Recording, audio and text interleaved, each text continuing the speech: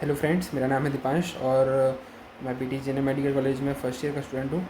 और आज यूनिवर्सिटी का जो है रजिस्ट्रेशन फॉर्म आ गया है और एग्ज़ाम के लिए हर किसी को अप्लाई करना है। 4500 फ़ीस है, तो ये जो प्रोसीजर है ये हर किसी को फॉलो करना है।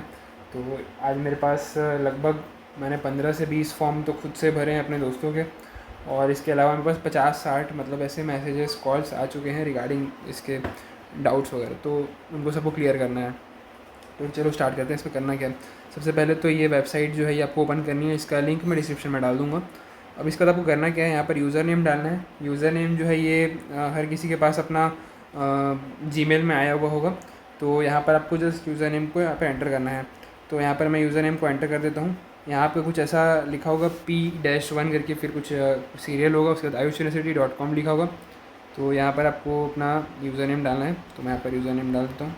फिर आपको पासवर्ड डालना है। पासवर्ड आपको जो है ईमेल में आया होगा, ईमेल से आपको लेना है, तो रीसेट करना होगा पहले, और रीसेट करने के बाद फिर आपको यहाँ पर एंटर करना है। तो उसका भी एक अलग प्रोसीजर रहता है। कई लोग को रीसेट करने में दिक्कत होती है, कई लोगों का रीसेट नहीं हो पाता है, तो उसके लिए मैं अलग से एक सेपरेट वीडियो बना दूँगा। अगर आप लोग को डाउट है तो आप बताइए।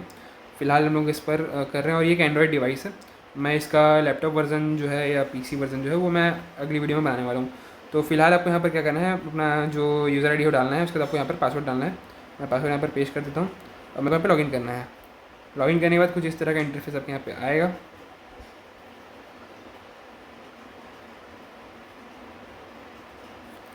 तो मेरे पास कुछ इस तरह से इंटरफेस यहाँ पर आता है। यहाँ पर मेरे 3 सब्जेक्ट लिखे हैं, एनाटॉमी, फिजियोलॉजी, बायोकेमिस्ट्री, और यहाँ पर मेरा माई result, apply for exam form, enrolment form, 3 चीज़ दी हुई है। तो यहाँ पर आपको क्या करना है, अप्लाई फॉर एग्ज़ाम फॉर्म में क्लिक करना है सीधे से।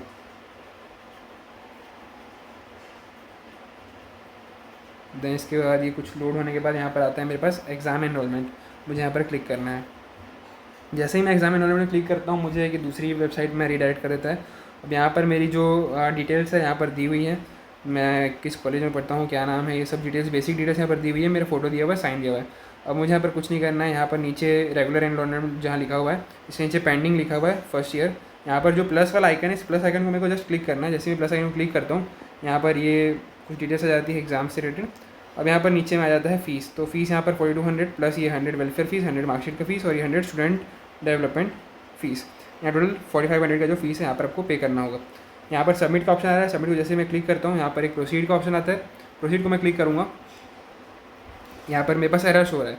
ये कई बार आपके पास शो होगा, हर किसी के में नहीं होता है, बट बहुत सारे लोगों के में एरर वाला प्रॉब्लम आ रहा है। तो आपको क्या करना है, जैसे अगर बैक करना है, फिर आपको यहाँ पर वापस से इसको प्लस करके यहाँ पर आपको सबमिट करना है, फिर प्रोसीड करना है।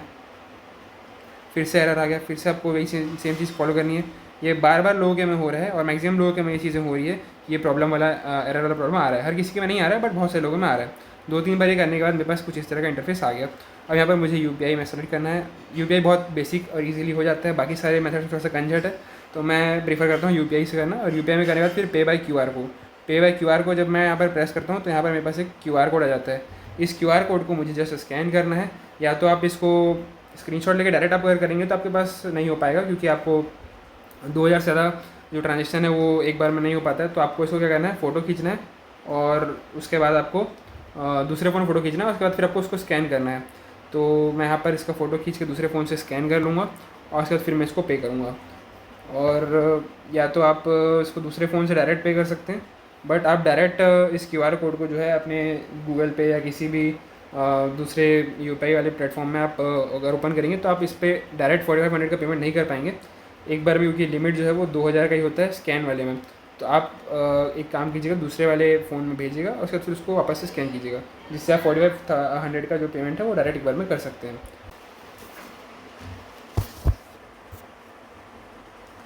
तो गाइस, जैसा कि आप देख सकते हैं, जो मेरा पेमेंट वाला विंडो था वो हो चुका है, पेमेंट मेरा क्लियर। तो पेमेंट होने के बाद मेरे पास कुछ इस तरह का पेज आता है, thank you for submitting form, और यहाँ पर पेमेंट डिटेल्स दिए हुए हैं। और इसके बाद फिर मैं इसको जस्ट ओके क्लिक करूँगा, और ये सारी डिटेल्स वापस मेरे पास शो हो गई है। इसके बाद अब मेरे पास एक ऑप्शन आता है प्रिंट करने का, यहाँ ऊपर में प्रिंट लिखा हुआ है, मैं प्रिंट को क्लिक करूँगा तो कुछ इस तरह का मेरे पास इंटरफेस आता है। यहाँ पर जो है ये bachelor medicine and bachelor of surgery के ऊपर में ये फ़ोटो ओवरलैप कर रही है, और ये जो है एंड्रॉयड डिवाइस है, तो एंड्रॉयड डिवाइस में जो है प्रिंट का ऑप्शन डायरेक्ट नहीं आता है, आप इसको प्रिंट करके पीडीएफ में कन्वर्ट नहीं कर सकते हैं। बट अगर आप लैपटॉप में है तो आप एक बार में उसको पीडीएफ में कन्वर्ट कर सकते हैं। तो ये चीज़ अगर आप अपने एंड्रॉयड डिवाइस में करें तो प्रिंट आपको करने के लिए इसको एक बार लैपटॉप में खोलना पड़ेगा। तो मैं आपको इसको लैपटॉप में खोल के अपने दूसरी वीडियो में दिखाने वाला हूँ। नेक्स्ट वीडियो जो होगी उसमें मैं अपने लैपटॉप में इसको ओपन करने वाला हूँ और लैपटॉप में ही मैं पूरा फॉर्म फिल करूँगा और फिर प्रिंट करके दिखाऊँगा। तो प्रिंट करने का जो प्रोसीजर है उसके लिए आपको लैपटॉप में ही करना पड़ेगा, ये आपके एंड्रॉइड डिवाइस में नहीं होगा। तो ये चीज़ जो है ये क्लियर कर दीजिएगा। तो भरना होगा फॉर्म तो आप अपने एंड्रॉइड डिवाइस में भर सकते हैं, बट उसके बाद आपको जब प्रिंट निकालना हो तो आपको इसको एक बार के लिए अपने पीसी या लैपटॉप में खोलना पड़ेगा। आप इसको एंड्रॉइड डिवाइस में नहीं कर सकते हैं। सो गाइस इतना ही था वीडियो में, और थैंक यू बने रहने के लिए। और किसी को भी कोई डाउट हो तो मैं आप कमेंट सेक्शन में लिख सकते हैं, मैं क्लियर कर दूँगा।